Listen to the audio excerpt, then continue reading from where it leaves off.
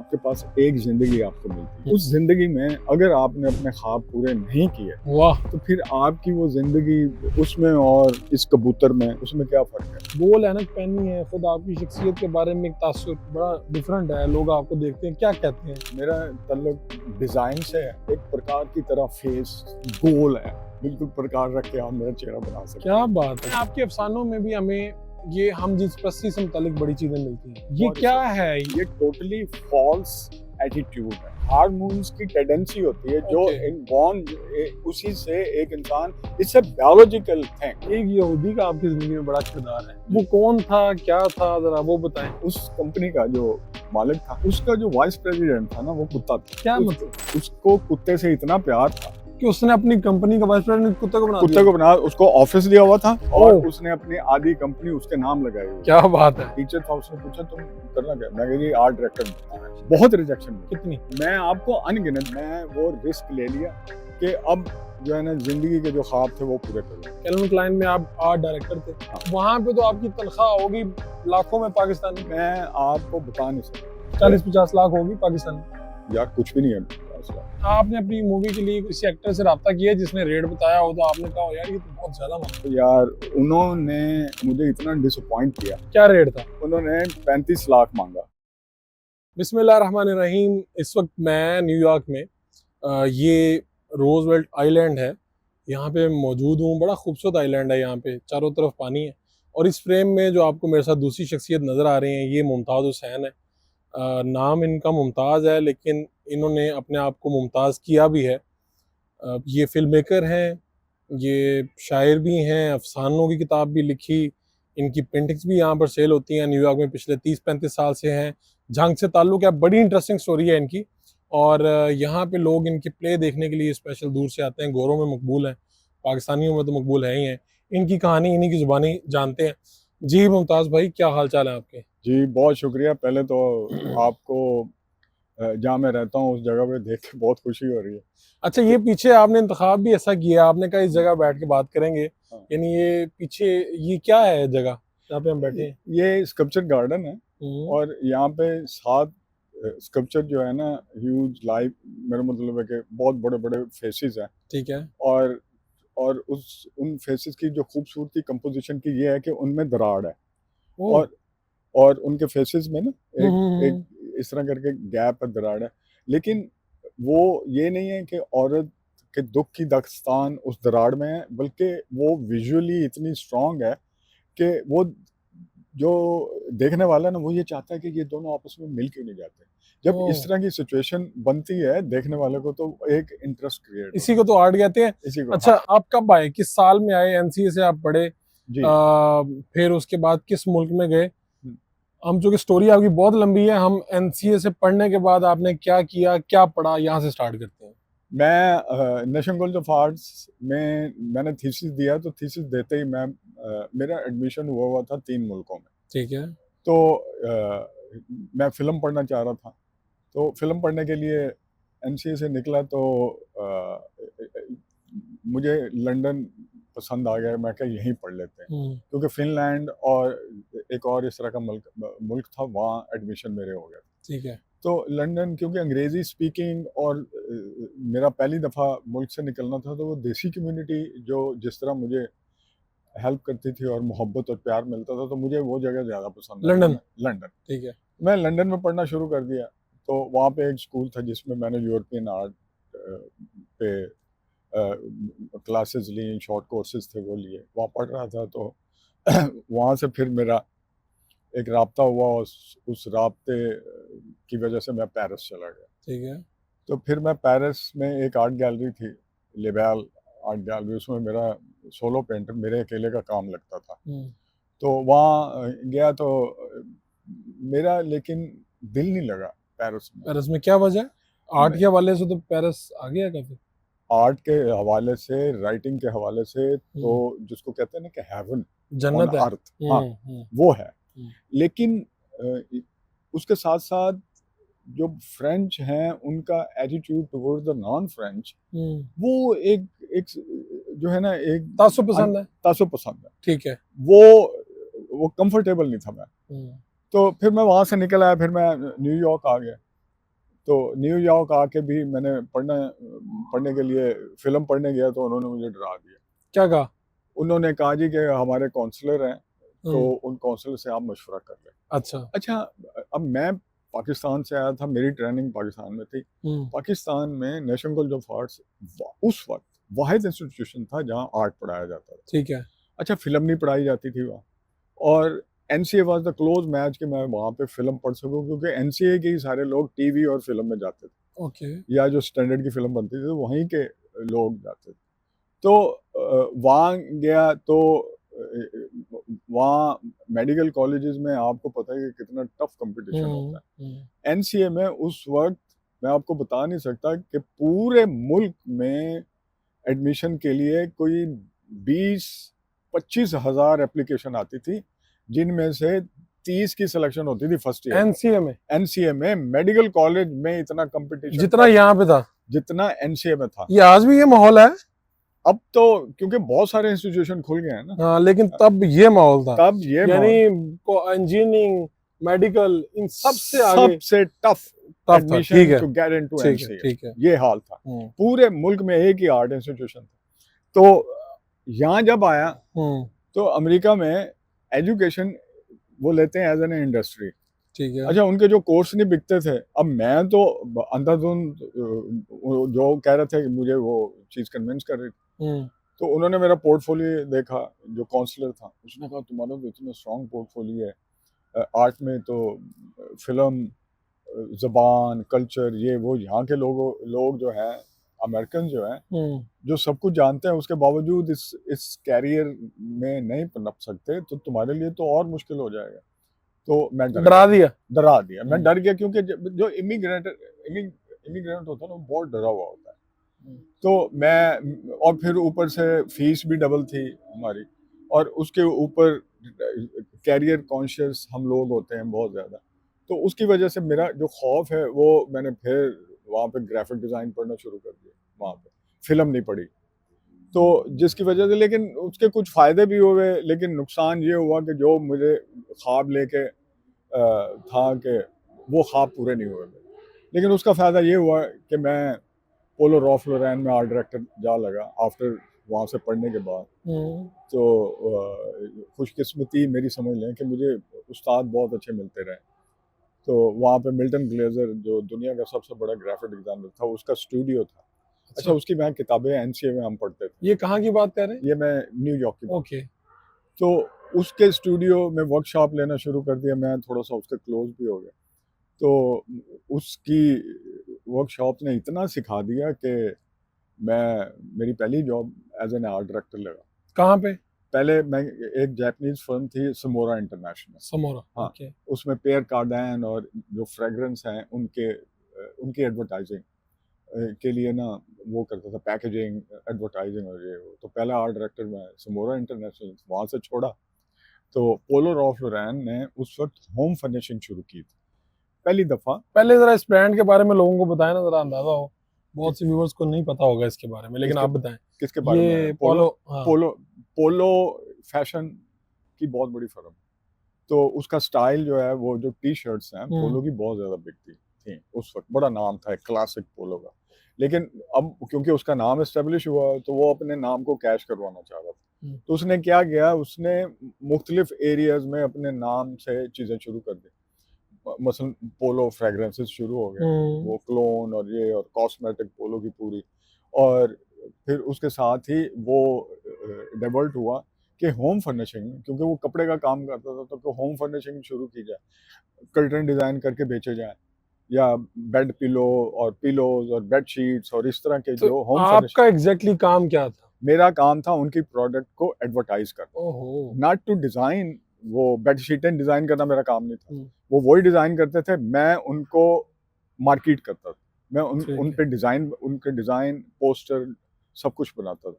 वो ठीक है। बनाने के बाद यानी बेचने के लिए बेचने के लिए जिन रंगों का इंतखाब होगा, हाँ, जिन स्लोगन्स का होगा, जो इस तरह से, ये सब उसमें आ गया। ये सब उसमें आ गया, ठीक है, वो मैं करता था। ओके। अच्छा, वो लेकिन इंटरेस्टिंग बात ये हुई कि मैंने उनको ये आइडिया दिया, रॉल्फ लोरेन को, हम्म, कि आप एक बहुत ही नया जो टर्म शुरू हुई थी हमारे सब कॉन्टिनेंट में अंग्रेज़ों के आने के बाद, वो ब्रिटिश राज का एक आर्किटेक्चर, डिज़ाइन और आर्ट पे उनका बहुत ज़्यादा इन्फ्लुएंस था। अच्छा, उन्होंने तो पैसे बनाने के लिए वो करते थे और हम लोगों को यूज़ करते थे। हम सब और लेकिन उनका वो जो इन्फ्लुएंस है कि यूरोपियन आर्ट को उन्होंने इम्पोज़ किया। हमारा जो मिनिएचर का जो स्टाइल था, हम तो एक्सप्रेशनिज़्म को मास्टर करके हमने छोड़ चुके थे। हम आर्ट में उस जगह पे पहुँचे हुए थे। इन्होंने क्या किया, इन्होंने आके जो है ना ऑयल पेंटिंग शुरू कर दी और वो कर दिया, यानी कि हमें फिर पीछे ले गए। तो आर्ट में हम बहुत ज़्यादा एडवांस थे, साउथ ठीक है। एशिया बाद बहुत एडवांस। मैं अब चूंकि थोड़ा सा ही मैं अवामी सतह पे हम बात जरा सुनाना चाह रहे हैं, हाँ। मुझे ये बताएं कि जब आप न्यूयॉर्क यहाँ पर आए हाँ। तो क्या सपोर्ट मिली आपको, यानी क्या उस वक्त यहाँ पे पाकिस्तानी कितने थे, क्योंकि आज से 30-35 साल पहले की बात है, हाँ। और कैसा था ये शहर और क्या था, आपने पहला काम क्या किया, किसके पास गए, क्या हालात थे? देखें, अब तो जो है ना इतने पाकिस्तानी हैं, तो आपको हर जगह से ना इंफॉर्मेशन मिल जाती है, आपको जानने वाले मिल जाते हैं, वो आपको मेरा मतलब है कि सहारा दे जाते हैं। ठीक है। जब मैं आया हम्म, तो मेरे घर के करीब एक डॉक्टर की फैमिली थी, वो अच्छा। यहाँ पे बहुत ज़्यादा एस्टैब्लिश थे। ठीक है। मैं उनके घर से उन्हें फ़ोन करवा के आया कि साਡਾ बच्चा पढ़न आ रहा है, जैसे होता है ना, तो आ रहा तो इसकी हेल्प कर देना। तो मैं एयरपोर्ट से उतरा तो मेरे पास तो वही सबसे बड़ा रेफरेंस था, एक ही रेफरेंस था। एक ही रेफरेंस था। ओके। और वो मैंने उन्हें कॉल किया तो उन्होंने मैं फ्लैटली रिफ्यूज़ कर दिया। क्या कहा? उन्होंने कहा जी फिर मैं कहा जी मैं आ गया। तो ये अल्फाज, उनका जवाब आज तक मेरे ज़हन पे हथौड़े मार के गूंजता है कि मैं इतनी उम्मीदें लेके आया था कि मैं एक अजनबी शहर में जो है वो हूँ, मुझे सहारे की ज़रूरत है या कोई मुझे सहारा दे दे या कुछ है। तो उनका आगे से फ़ोन पे जवाब था तो मैं की करा, अच्छा, ये बहन आए हो तो मैगी करा। मैगी करा। ओके, बात यानी खत्म हो गई ना, यानी मेरी तरफ से कोई सपोर्ट नहीं। कोई सपोर्ट ओके, नहीं। फिर मैं क्या हुआ, फिर क्या किया आपने? यानी कि मैंने उनसे पूछा भी, मैंने कहा जी देखें मुझे वो नहीं है, मैं तो स्कूल जाऊँगा पढ़ने। लेकिन ये है कि आप जो है अगर कोई हेल्प कर दें, आपके सुना है, आपकी फैमिली ने बताया कि आपका बहुत बिज़नेस है यार, तो कहीं मुझे जॉब मिल जाए। जॉब मिल जाए, मैं हम्म, पार्ट टाइम काम करूँ स्कूल के बाद जो है वो, तो उन्होंने फ्लैटली रिफ्यूज़ कर दिया। हम्म, वो उन्होंने कहा नहीं, नहीं इल्लीगल लोगों को हम यहाँ पे जो है वो हो जाता है, पुलिस पकड़ के ले जाती है, फलां-फलां, इस तरह का सारा उन्होंने यानी कि मुझे फ्लैटली रिफ्यूज़ कर दिया। फिर मैं सामान उठाया, मैं इधर आ गया लुकिंग फॉर के वाईएमसीए में जाके सस्ती सी रिहाइश ढूँढूँ। ये वाईएमसी क्या होती है, जरा लोगों को बताएं। यंग मैन क्रिश्चियन एसोसिएशन, हाँ, माल रोड के ऊपर भी वाईएमसीए का एक बहुत बड़ा यानी वो स्टूडेंट्स हैं, ये इकट्ठे रहते हैं, हाँ, शेयरिंग करते हैं, वो शेयरिंग चारपाई के ऊपर चारपाई, बेड के ऊपर बेड, हाँ, ये ऑलमोस्ट वही हिसाब होता है। हाँ, लेकिन उससे थोड़ा-सा बेहतर है। यानी कि बेहतर है कमरे हैं, लेकिन सस्ते कमरे हैं। सस्ते कमरे हैं। ठीक हाँ, है, ठीक वो जो क्रिश्चियंस क्लब है, तो वो क्रिश्चियंस लोग जो है ना अपने कम्युनिटी को सपोर्ट करने के लिए इस तरह की है। जगह ओके, होती है। हाँ, दे डोंट केयर कि जी मैं मुसलमान हूँ या बस वो दे देते हैं। वो दे ठीक, देते हैं। आप उधर चले गए। नहीं, उधर जाने से पहले ही ना मैंने यूँ ही एक नंबर घुमाया, किस्मत देखें ना हाँ। कौन कहाँ-कहाँ पे हाथ पकड़ता है। हम्म, तो मेरे एनसीए में मेरा एक क्लास फेलो था, तो उसके भाई यहाँ पे थे। ठीक है। तो तो उन्होंने नंबर दिया था कि यार मेरा भाई वहाँ पे रहता है, अगर तुम्हें किसी मसला हो तो पूछ लेना। पूछ लेना उनसे। मैंने उन्हें कॉल किया, मैंने कहा जी कि मैं फलाँ-फलाँ का क्लास फेलो हूँ, तो मैं यहाँ आ गया। कहता हाँ, हाँ, मेरे भाई ने मुझे बताया था आपके बारे में। तो कहता क्या कर सकता हूँ? मैंने कहा यार रहने की जगह नहीं है। कहता आ जाओ मेरे पास। इतना किराया है, इतना तुम्हारा शेयर होगा। मैंने कहा जी आपको जरा हौसला हो गया। हौसला हो गया। मैं कहा यार चलो कुछ जानने वाले हैं जिनके साथ। फिर उनके साथ रहा, फिर थोड़ा ही अरसे के बाद फिर मैंने अच्छा, अब अपनी मुझे वो आपका जो क्या हमारे आप दोस्त हैं, एक यहूदी का आपकी जिंदगी में बड़ा किरदार है, वो जी, कौन था, क्या था, जरा वो बताएं कि उसने आपको सेटल करने में यहाँ पे किस तरह से मदद की मैं या क्या मशवरा दिया? हाँ, मैं देखिए ना जॉब ढूँढता फिर रहा था।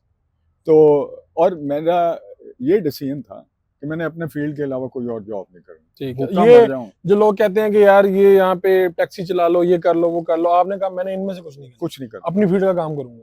ठीक है। और जॉब्स करनी ही नहीं है। ओके, चाहे ठीक। भूखा मर जाऊँगा, ठीक है। चाहे कुछ हो जाएगा। एक रोटी रोटी आधी खा लूँगा, डबल रोटी खा के गुज़ारा कर लूँगा। मैंने और जॉब्स नहीं करनी। ओके। तो ये था मैं स्कूल जाने लगा, स्कूल के साथ-साथ फिर जॉब ढूँढता था।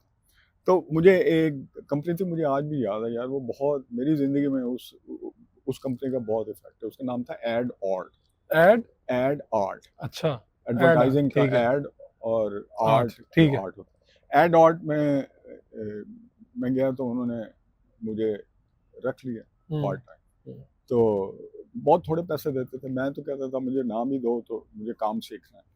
तो मैं इतनी लगन से करता था काम कि मैं पूरे आर्ट डिपार्टमेंट का काम जो है मैं अकेले ही कर लेता। हुँ, मैं अपने स्कूल का काम भी वहीं ऑफिस में उनके आर्ट ठीक है। डिपार्टमेंट में बैठ के करता रहता था। वहीं रहता था, सारे चले जाते थे, मैं आखिर में जाता था घर। तो मेरे लिए वो स्कूल और ad art was my two places. उधर जा, स्कूल गया, स्कूल से वहाँ, वहाँ से स्कूल जा। तो ठीक इस है। तरह का। तो वो मेरे से इतना खुश था, उसका जो ओनर है, इतना खुश हुआ कि जो है ना, उसने मुझे एक दिन बुला के कहा। अच्छा, एक और बड़ी इंटरेस्टिंग सी बात जो है ना, वो मैं ऐड करता जाऊँ। उस कंपनी का जो मालिक था, हुँ, उसका जो वाइस प्रेसिडेंट था ना, वो हुँ। कुत्ता था। उस कंपनी का वाइस प्रेज़िडेंट कुत्ता था? कुत्ता था। क्या उसको मतलब? उसको कुत्ते से इतना प्यार था। कि उसने अपनी कंपनी का वाइस प्रेज़िडेंट कुत्ते को बना कुत्ते दिया? को बना, उसको ऑफिस दिया हुआ था। अच्छा, हाँ, उसका ऑफिस था, वो बड़ी सी सीट के ऊपर उसका कुत्ता बैठा होता था। बाकायदा बैठा होता था। वाइस बकायदा प्रेज़िडेंट के ऑफिस में कुत्ता तशरीफ़ कुत्ता रखता था। तशरीफ ओह! फरमा है, और ओह! उसने अपनी आधी कंपनी उसके नाम लगाई हुई है। क्या बात है! अच्छा, उस पे मैंने एक अफसाना भी लिखा है। ठीक है। हाँ, हिज मास्टर वॉइस मेरा अफसाना है। मेरी अब आगे आगे मैं बात करता हूँ, मेरी जो अंग्रेजी की किताब है उसमें वो अफसाना ठीक भी है, है। ठीक है। अच्छा, वो तो खैर साइड ट्रैक हो गया, लेकिन वो मुझे इतना, मुझसे, मेरे काम से इतना खुश था। हुँ, तो एक दिन मुझे बुलाया, कहता I am very happy with you. हुँ। तो तुम तुम्हारे में जो गट्स हैं, मैं देख रहा हूँ, तुम बहुत आगे जाओगे। You don't have to stay with my company.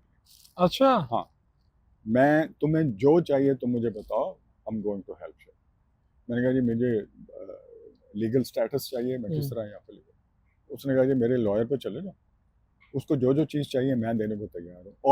और टॉप ऑफ इट, ये सुना जाता है ना कि अपने लिए कर रहा है वो हाँ, और कि यहूदी है, यहूदी है, एक अच्छा, मुसलमानों का। हाँ, एक अच्छा वर्कर। यार यहाँ यहूदियों को पता ही नहीं है कि ये जो इज़राइल है, और वो एक सर्टेन एक क्लास है, एक सर्टेन क्राउड है आप कह यहाँ। रहे हैं आपके काम से आपकी इज़्ज़त करते हैं ये लोग। हाँ, ठीक है। वो एक सर्टेन क्लास में ये प्रेजुडिज्म है।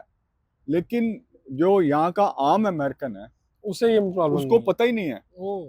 उसको नहीं है पता। मेरे मतलब मेरे सारे दोस्त यहूदी हैं, उनको उनको सेंस ही नहीं है, पता ही नहीं है कि जी, कि इनका इतना ज़्यादा कॉन्फ्लिक्ट है। अच्छा, वो फिर आपको उन्होंने कहा मेरे वकील से आप मिल लें? मिल लें, और जो-जो चीज़ें चाहिए मैं भी देने को तैयार हूँ, और तुम दे दो। और मुझे उस चीज़ के ऊपर के हाईली प्रोफेशनल, और इसका ये बैकग्राउंड है, और उसके ऊपर जो अनयूजुअल प्रोफेशन है, अच्छा, उसकी बिना पे मुझे इमिग्रेशन मिल गई। उस वक़्त इतना ये चक्कर नहीं था इमिग्रेशन का।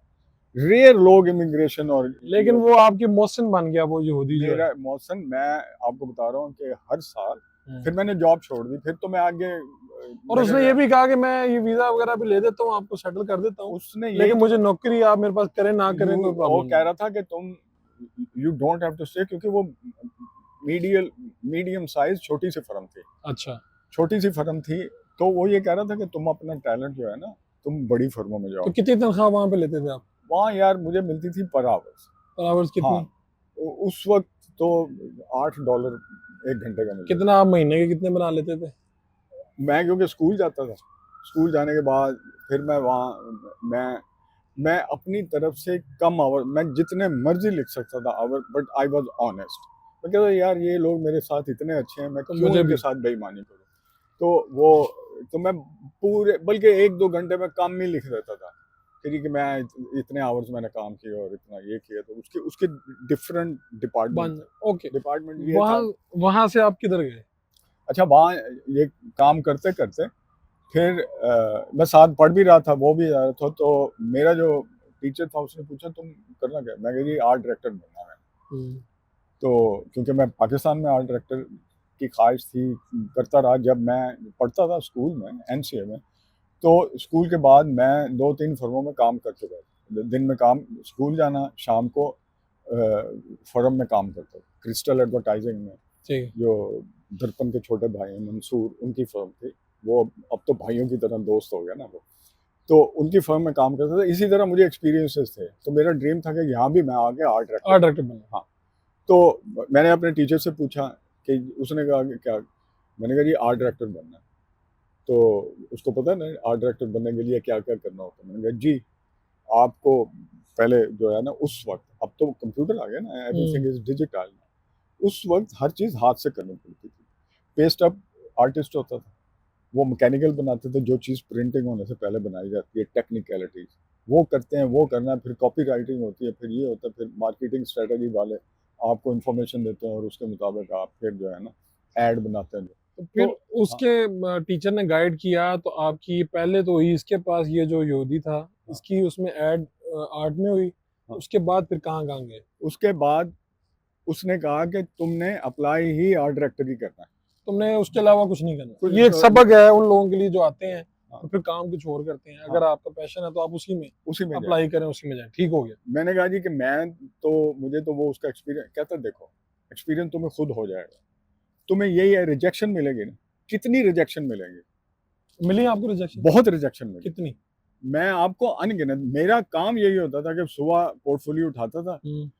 न्यूयॉर्क टाइम उठाया, जहाँ-जहाँ जॉब थी वहाँ-वहाँ आर्ट डायरेक्टर की जॉबें क्या अप्लाई की। कहते थे वो रिजेक्ट करते हुए? नहीं, पहले वो ये नहीं बताते कि क्यों हम रिजेक्ट कर बस रहे हैं। वो नहीं रखते वो थे। नहीं रखते थे। वो ओके। नहीं रखते थे। मुझे रिजेक्शन मिलती थी, मैं जाके सारा इंटरव्यू कैसे दिया, कैसे किया, क्या बात पूछी, क्या किस तरह का मैंने जवाब दिया, किस तरह का मुझे प्रेज़ेंट करना। तो मैं टीचर को बताता था कि जी ये सवाल पूछे और ये मुझे यहाँ जॉब नहीं हुँ, मिली यहाँ। हुँ। तो उसने कहा यही तुम्हारी ट्रेनिंग हो रही है कि अब उसने जो-जो सवाल पूछे हैं, तुमने उसके मुताबिक जवाब देने हैं। तो वो रिजेक्शन जो है ना, मैं आपको सही बता रहा हूँ कि जो डिसअपॉइंटमेंट और रिजेक्शन है ना, वो मेरा मदरसा है। वो अच्छा, मेरा इंस्टीट्यूशन जो है यानी ना। वहाँ से लोग तो भाग जाते हैं इस चीज़ के। हाँ, लेकिन अगर आप साबित कदम रहना चाहिए। अच्छा, फिर उसके बाद जॉब कहाँ पे हुई? फिर सबसे पहले एक जापानीज़ फर्म थी, समोरा इंटरनेशनल। समोरा में हुई जॉब। हाँ, उनका ब्रांड था पियर कार्डन, कोलोन था। ओके। तो उसकी advertising, they hire me as an art director. क्या तो तनख्वाह क्या लगी? ओके। यार उस वक़्त बहुत अच्छी तनख्वाह, कितनी? ओवर $150,000 साल की थी। $50,000 साल की। 150, 100 हाँ, ओह! हाँ। यानी कि मेरे बहुत मैं खुशहाल हो गया अच्छा, फाइनेंशियली। क्या बात!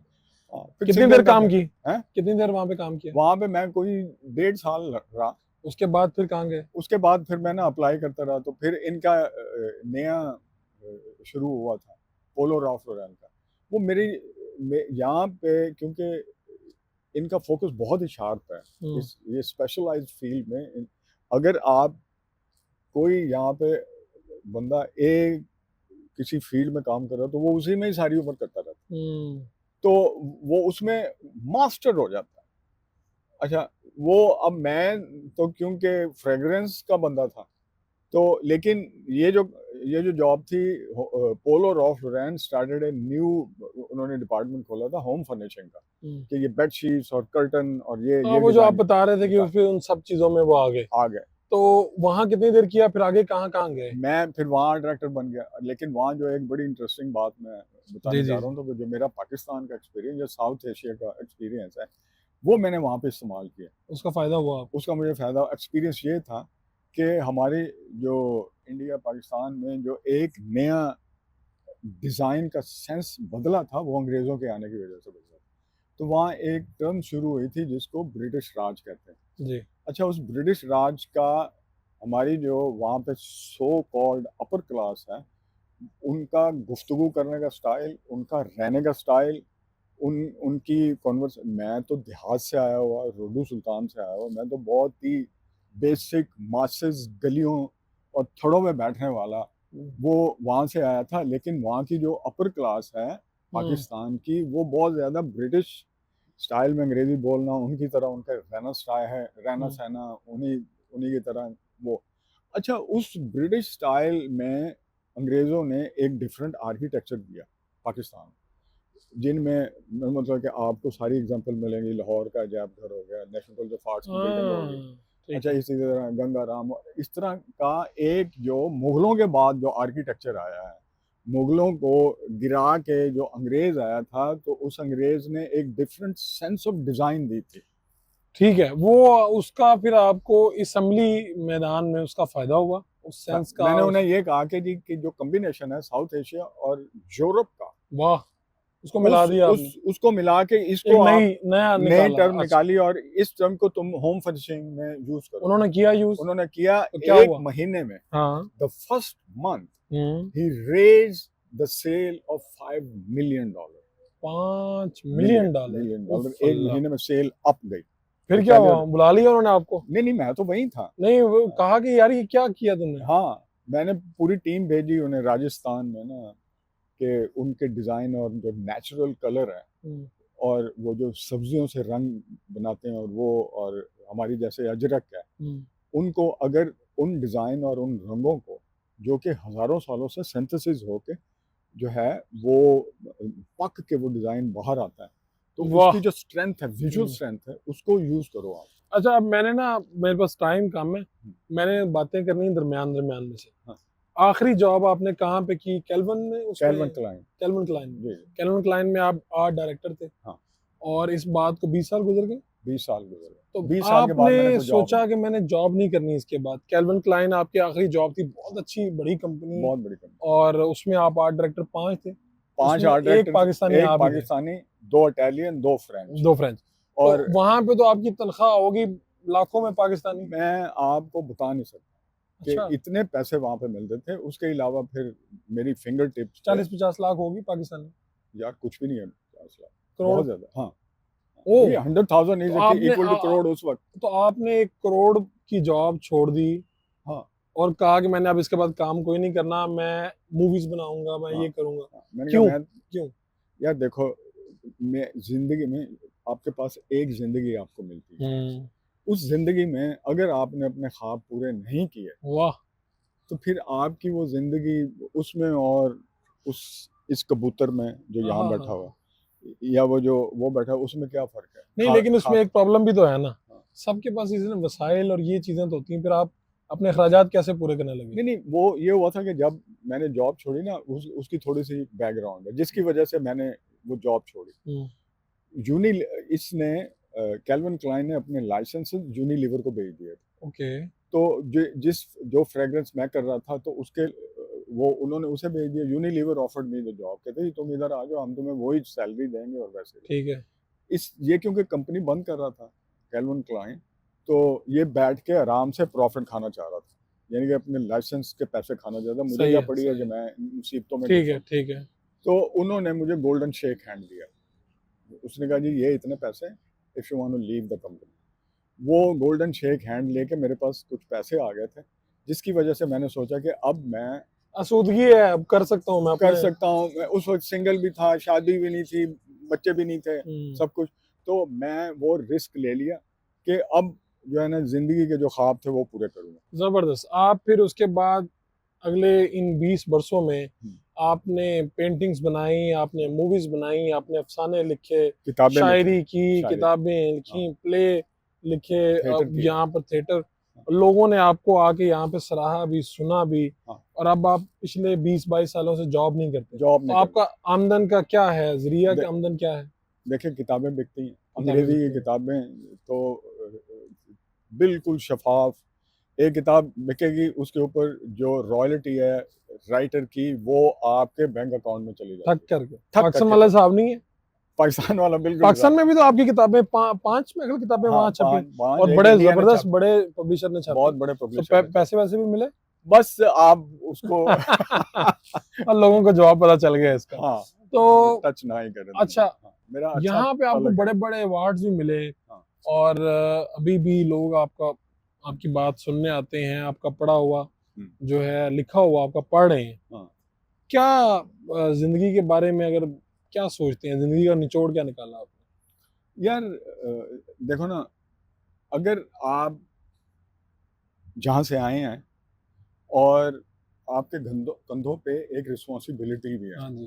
कि मैं पाकिस्तानी हूँ, हाँ। और मुझे उस पाकिस्तान ने और मेरे गांव ने, मेरे शहर ने, मेरी गलियों ने, मेरे मोहल्लों ने मुझे सिखाया है। ठीक है, उसने जो सिखाया है मुझे उसका वो जो है ना वापस भी करना है, वापस भी पे बैक करना है, करना है। पे बैक करना है। हम्म। मैं उनमें से नहीं हूँ जो मैं भूल जाऊं जो एहसानात मेरे मुल्क ने मेरे पे किए हैं। मुझे सिखाया है, मुझे पढ़ाया है, मुझे उस वहाँ पे खड़ा किया है। और जो वो करने के लिए मेरी जो सबसे ज़्यादा जो मुझे इज़्ज़त मिलती है वो ये मिलती है कि मेरे सब्जेक्ट्स में हम्म। जो ओरिजिनल पॉइंट होता है वो मेरा देश होता है। मेरी मेरी पेंटिंग की पूरी एक सीरीज़ है जो इंडस वैली सिविलाइजेशन पे है।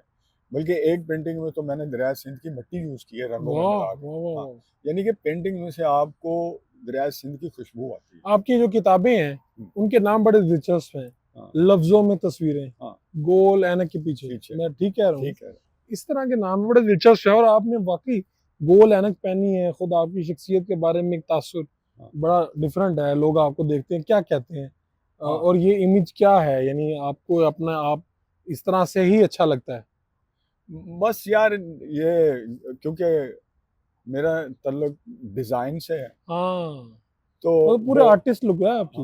वो अपने फेस के अभी मैंने दाढ़ी ट्रिम की हुई है और ये तो काफ़ी नीचे लंबी जाती है। हम्म। तो वो मेरा एक प्रकार की तरह फेस गोल है, बिल्कुल प्रकार रख के आप मेरा चेहरा बना सकते क्या हैं। बात है, क्या बात। तो अच्छा ये बताएं, आपके अफसानों में भी हमें ये हम जिस प्रस्ती से मुतालिक बड़ी चीजें मिलती हैं आपकी राइटिंग्स में, हाँ, आपने इसके ऊपर पढ़ा है? हाँ, ये बहुत क्या रिसर्च है, ये फितरी अमल है या लोग अडॉप्ट कर लेते हैं? क्योंकि अमेरिका में तो बड़ी आज़ादी, मुझे पता चला यहाँ पे लोग बाकायदा रैली निकालते हैं हाँ, और बहुत बड़ी रैली होती है बहुत जिसमें, बड़ी यानी ये वो मर्द हजरात जिन्हें हम गेज कहते हैं, हाँ, जो आपस में ही शादी कर लेते हैं, ये वो। हाँ।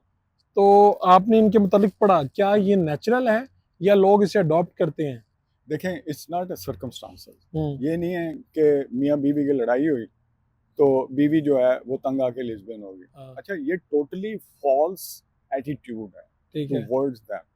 ये ये इनबॉर्न ऐसे ही होता है। इनबॉर्न आप इनके लेस्बियन होंगे या हार्मोन गेज होंगे? इनबॉर्न या आप लेस्बियन हैं या आप गे तो ये जो लोग या यूनिक्स हैं या शादी कर लेते हैं, हाँ यानी बच्चे भी होते हैं, शादियां भी होती हैं, लेकिन बाद में पता चलता है जी वो सब कुछ छोड़ छाड़ के एक लड़के के साथ शादी करके रहना शुरू हो गए हैं, दो लड़के आपस में। हाँ।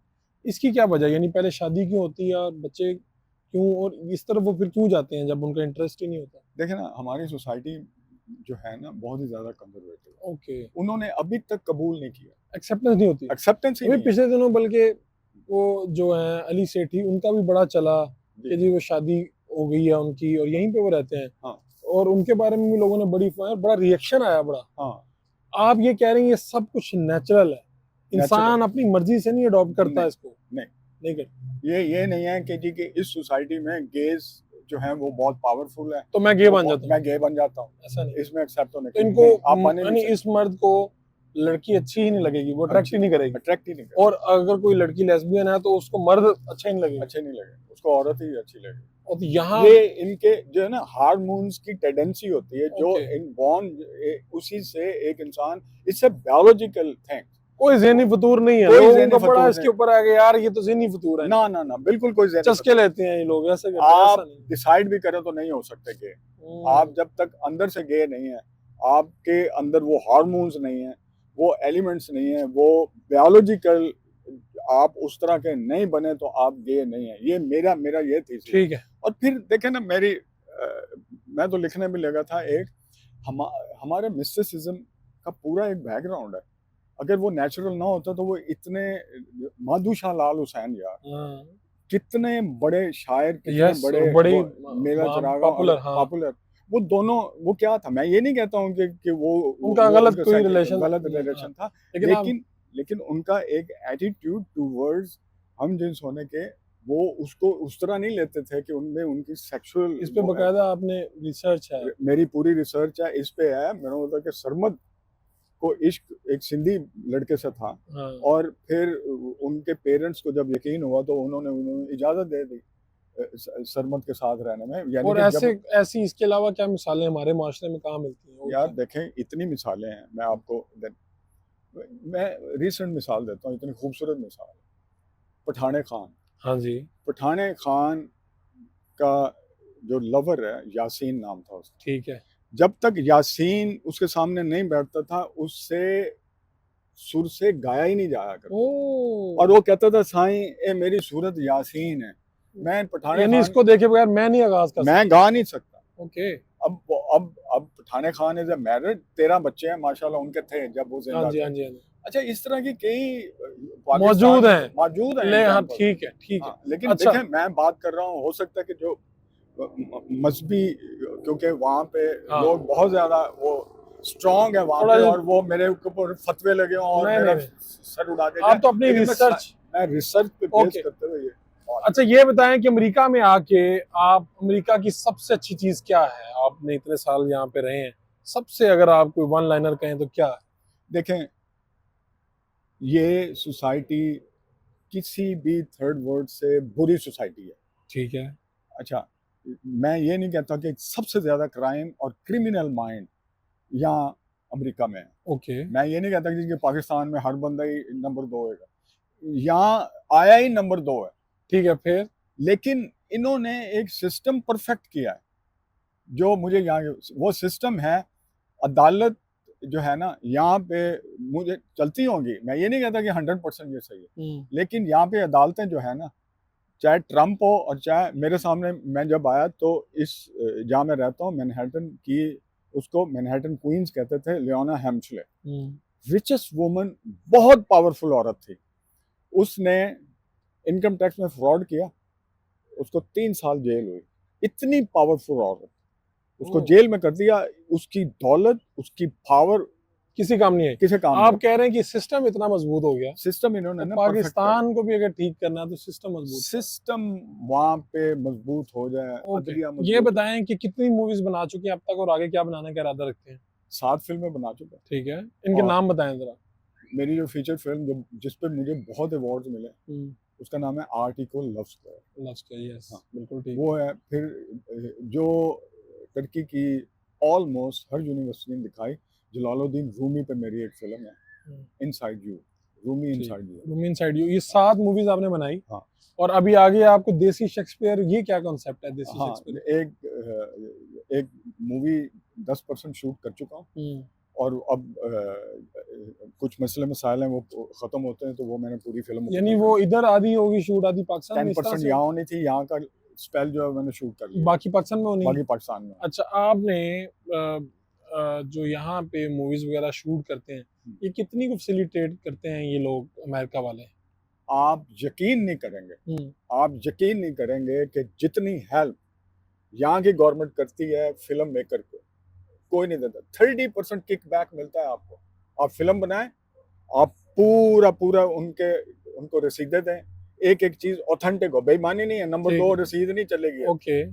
वो करें, आपको 30% पोस्ट प्रोडक्शन में और प्रोडक्शन में आपको जो आपका खर्चा हुआ है, जो खर्चा हो उसमें 30% गवर्नमेंट देती है। गवर्नमेंट देगी क्या? आप मूवी मैं बना रहा हूँ, मूवी बना किसी उसके लिए रहा हूँ, हाँ, गवर्नमेंट पैसे दे रही है। आपने यहाँ शूट की है, आपने पोस्ट प्रोडक्शन यहाँ करवाई है, 30% ये गवर्नमेंट आपको देगी। वाह वाह वाह। अच्छा, इसके अलावा पूरा एक दफ्तर है।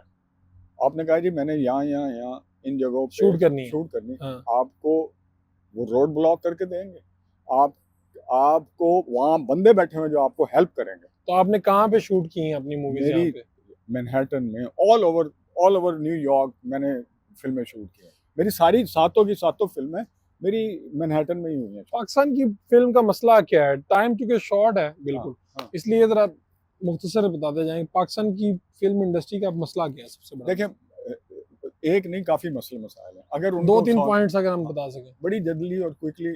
सबसे बड़ा जो है, जो एक्सप्लॉयटेशन वहाँ पे एग्जीबिटर कर रहे हैं ना, जो सिनेमा ऑनर है, ठीक है, वो क्योंकि वहाँ पे कोई लीगल वो नहीं है, फिल्म बनाई, उसने जिंदगी तबाह कर दी फिल्म मेकर ने, आगे से सिनेमा वालों ने उसको उसके पैसे ही नहीं दिए। चलो, एक बड़ा मसला ही बड़ा मसला हो गया। इसको अगर सॉल्व कर लिया जाए वो है। अच्छा, फिर जब जो अब जो सबसे बड़ा मसला हुआ है ना, वो ये हुआ है कि फिल्म अवामी एंटरटेनमेंट थी, एक गरीब आदमी की एंटरटेनमेंट थी, और रिक्शे वाला, टांगे वाला, वो लोग देखा करते थे। मेजोरिटी वो थी। थके हारे मजदूर एयर कंडीशन में बैठ के अपनी थकन उतारते थे, बल्कि सो भी जाते थे फिल्म देखे ना देखे। ठीक है। हाँ। अच्छा, अब क्या हुआ? टिकट महंगे हो अवामी गए? अवामी सिनेमा खत्म हो गया। अब अब तो 500,000 1500। 1500 की अब मौला जड़ लगी तो आई हम्म, हर्ड के $2600 का टिकट था, हाँ। सिनेमा ने लगाया तो ₹2600 वो तो फिर सॉरी। अब वही लोग एक देखेंगे, upper middle upper class, middle, middle class, हाँ ठीक है, हाँ या इससे ऊपर। हाँ, या वो देखेंगे। अब जो जो एक गरीब आदमी की एंटरटेनमेंट थी वो वो तो 2600 बेचारे कहाँ लगाएगा? कहाँ लगाएगा। ओके, पहले 6 आने दी टिकट सी है। ठीक है, एक तो ये प्रॉब्लम हो गया। ये बड़ा हमारे कंटेंट में तो मसला है। बहुत ज्यादा मसला है। क्या? वो ये है कि अब जब से इंटरनेट आया, अच्छा जब इंटरनेट आया हमारा जो सिनेमा था हम्म, उसका एक खास स्टाइल, हम्म, उसका जो था ना, मुझे अच्छी तरह याद है कि लोग बैठते थे, गाना आ रहा है, गाने के साथ लोग पूरा थिएटर गा रहा होता है, नहीं कली कली किथे चली है, पूरा थिएटर साथ कली कली किथे सही है, चली है, सही है। और लोग पैसे फेंक रहे हैं स्क्रीन पे, स्क्रीन के ऊपर चढ़ के लोग डांस कर रहे हैं।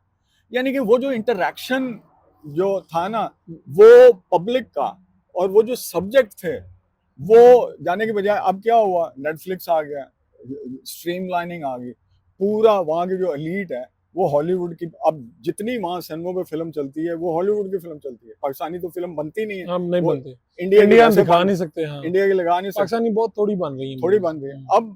अब उनको ऑडियंस को कंटेंट चाहिए हॉलीवुड हाँ, स्टैंडर्ड। अच्छा अब वहाँ पे बजट हॉलीवुड का है नहीं, ठीक आप है। कैसे वो स्टैंडर्ड मीट अप कर सकते हैं। हम्म, आप कर सकते हैं वो स्टैंडर्ड, लेकिन क्रिएटिव वर्क है।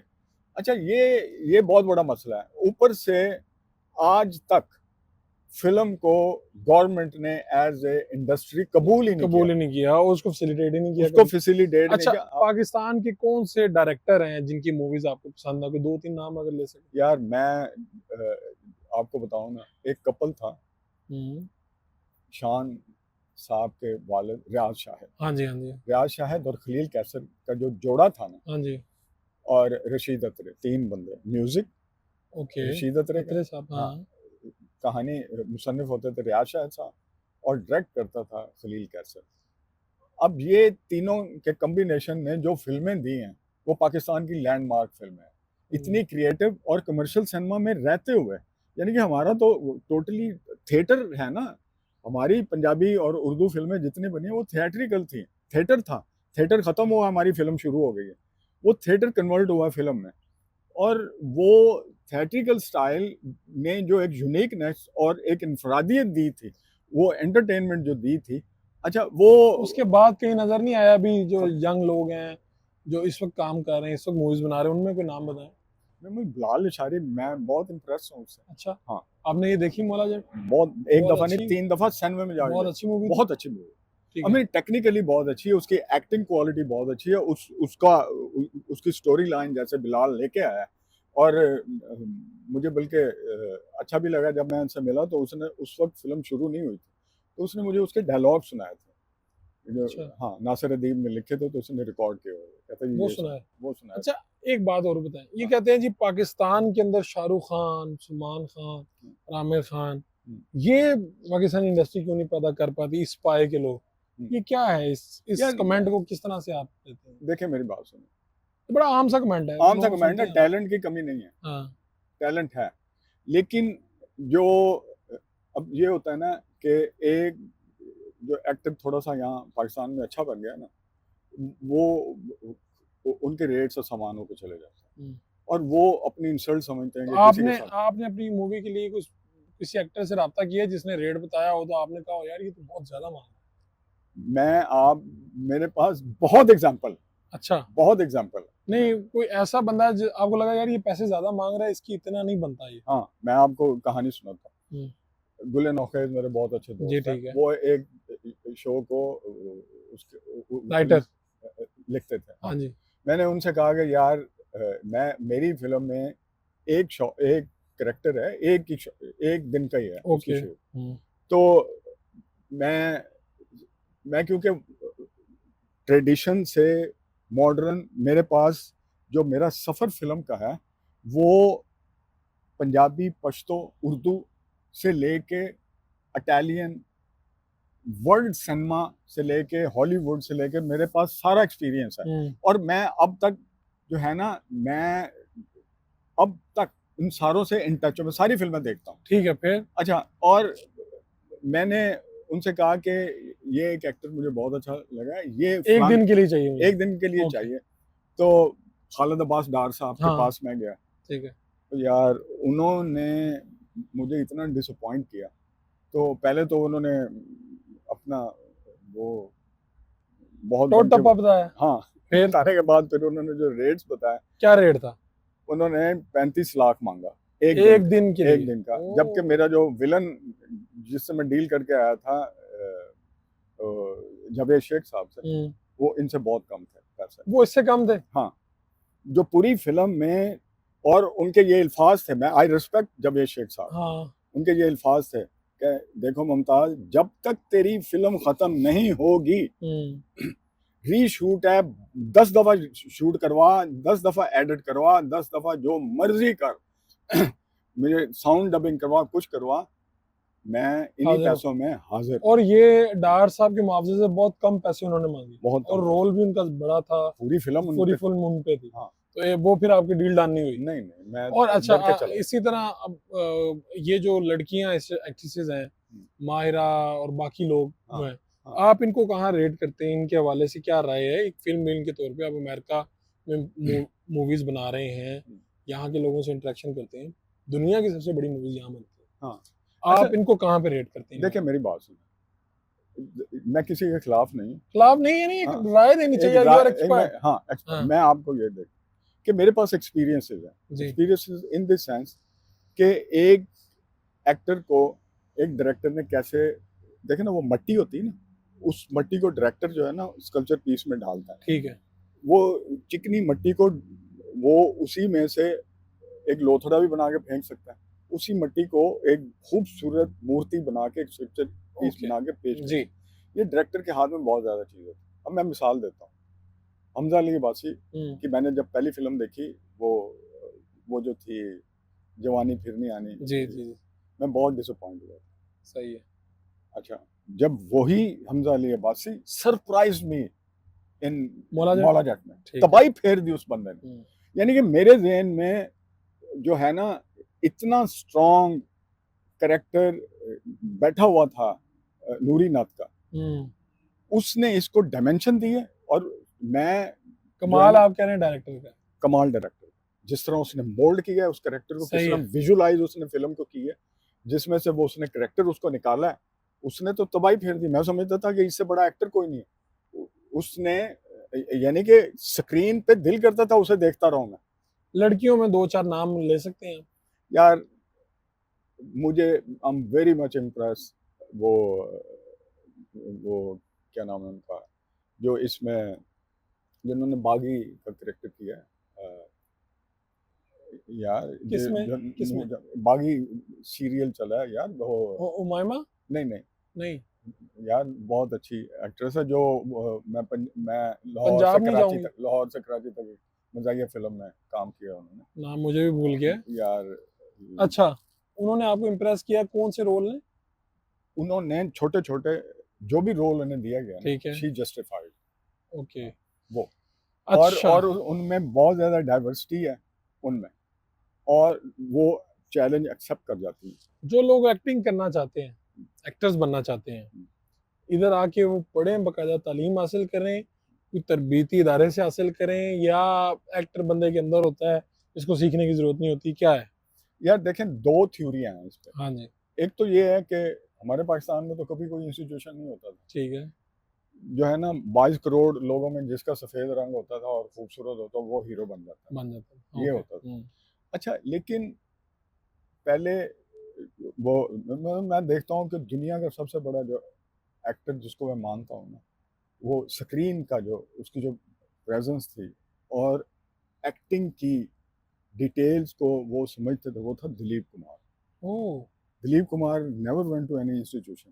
वो उस वक्त तो इंस्टीट्यूशन का ख्याल ही नहीं होता था, लेकिन उनके अंदर वो था। अच्छा, लेकिन अब मैं क्योंकि यहाँ हूँ, मैंने बहुत ज़्यादा, मैं इंटरेक्टर मेरा यहाँ के इंस्टीट्यूशन से, मेरे जो एक्टिंग कोच हैं मेरे यार दोस्त हैं, और मैं उनके साथ उठता बैठता हूँ। इनके पास ऐसी ऐसी टेक्निक्स हैं, हम्म, आपको विस्परिंग में करेक्टर कैसे दे रहे हैं आप, हाँ, और इसका मतलब है हाँ, कि वो उनका नाम है कमर, क्या नाम है उस एक्ट्रेस का नाम है, समथिंग सबा कमर। सबा कमर। ओके, हाँ, सबा कमर। सबा सबा कमर कमर आपको बहुत इम्प्रेस करती बहुत हैं। इम्प्रेस करती है, मुझे ओके। बहुत पसंद है। अच्छा, आप कह रहे हैं कि अब जो है, अब चूंकि मामला मौजूद हैं, हम्म, लोगों को सीखना चाहिए, एक्टिंग पढ़नी चाहिए बकायदा। हम्म, जो अब यूरोप जाएं, इधर आए, हाँ, पढ़ें, पढ़े, सीखें, बिल्कुल, मौके मौजूद हैं, पहले मौके मौजूद नहीं थे। पहले मौजूद नहीं। अच्छा, दूसरी बात ये बताएं कि इंडियन डायरेक्टर में से या इंडियन मूवी कौन सी अभी रिसेंट पिछले 10 सालों में, 15 सालों में हाँ, कौन सी आपको अच्छी लगेगी? पिछले 10 सालों वाली देखी या नहीं देखी? देखिए हम, अच्छा, हाँ, देखते रहते हैं आप? देखते रहते हैं, okay. I am very much कौन सा इंटरेस्टेड। डायरेक्टर, किसका काम आपको बहुत अच्छा लगा? यार अनुराग कश्यप में दम है, वो सही है। वो वो सब्जेक्ट निकाल के लाता है, और वो वो जो ट्रेडिशनल सिनेमा है उसको उसने तोड़ा है, वो तोड़ के नए सब्जेक्ट लेके आता है। लेकिन जबरदस्त। उसमें भी देखिए, जो रेवोल्यूशनाइज हुआ है ना हम्म। सिनेमा हम्म। हमारे ईस्ट में, वो रेवोल्यूशनाइज किया है ईरानियन सिनेमा ने। ओके। ईरानियन सिनेमा ने क्या किया, हम्म। जब रेवोल्यूशन आया उन्होंने बैन कर दिया हॉलीवुड, बॉलीवुड हॉलीवुड ईरान में नहीं आएगा। अच्छा, उनकी ऑडियंस वो एजुकेट हुई, हम लोग स्पॉइल्ड हैं, पाकिस्तानी ऑडियंस स्पॉइल्ड है, हम्म। इनको अननेसेसरी शॉट देखने का बहुत शौक है।